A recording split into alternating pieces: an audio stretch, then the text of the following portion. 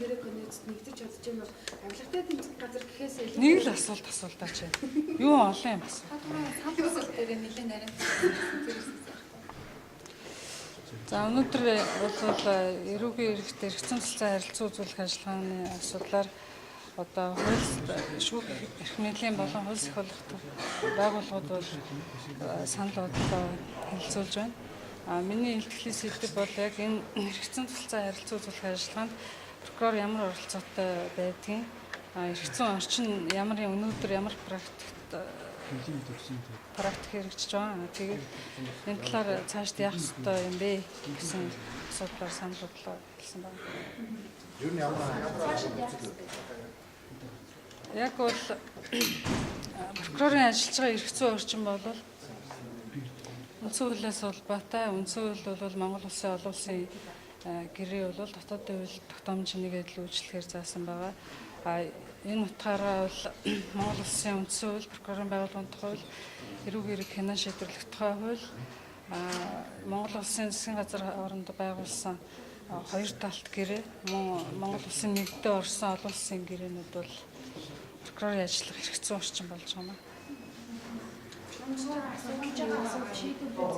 Гэрээ хэмжиж байгуулах шаардлага байдаг шүү дээ. За яг өнөөдөр хүчин төгөлдөр мөрөгдөж байгаа хоёр талт гэрээнүүдээс үзэхэд бол яг бидний хуулийн байгууллагуудын хувьд эрх бүхий төв байгууллага байхаар заасан давхарцсан шинжтэй газрууд байгаа. Хууль зүйн яам, дээд шүүх, прокурор, жишээлбэл Оростой байгуулсан гэрээнээр цагдаагийн ерхий газар хүртэл байдаг. Зарим гэхдээ асуудлаас хамаарат нотариат дотор орж ирсэн байдаг.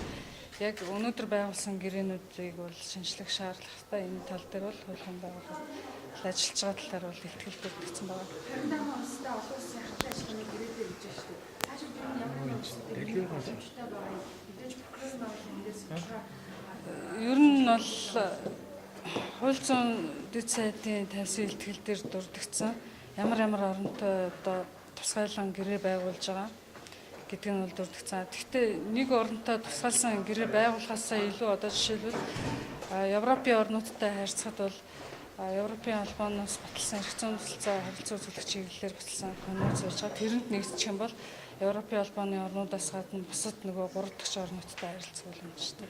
одоо яг офшорын асуудал дээр хуулийн байгууллагын ажиллаж байгаа. Ер нь бол бүх ажиллагаа хуулийн дагуу хууль заасан биднээс эрх хэмжээний хүрээнд авах ёстой арга хэмжээг аваад явж байгаа гэж Офшорын асуудал юу байна? Яг энэ офшортой холбоотой. одоо юу гэсэн үг юм? Ер нь улс төрчдийн Европын холбооны улс орнууд руу гаргасан мөнгийг эргүүлэн авах боломж. Тэр тодорхой асуудлын талаар би яаж хэлэх боломж байна уу? эрх зүйн боломж нь бол байгаа. Байгаа. Тэгэхээр энэ цагийн хэлжсэн үнэ гэсэн үг байна. Би хин нэгний ярьсныг үнэлж төвлөх гэж энэ дээр байна. Зөв боломж байна.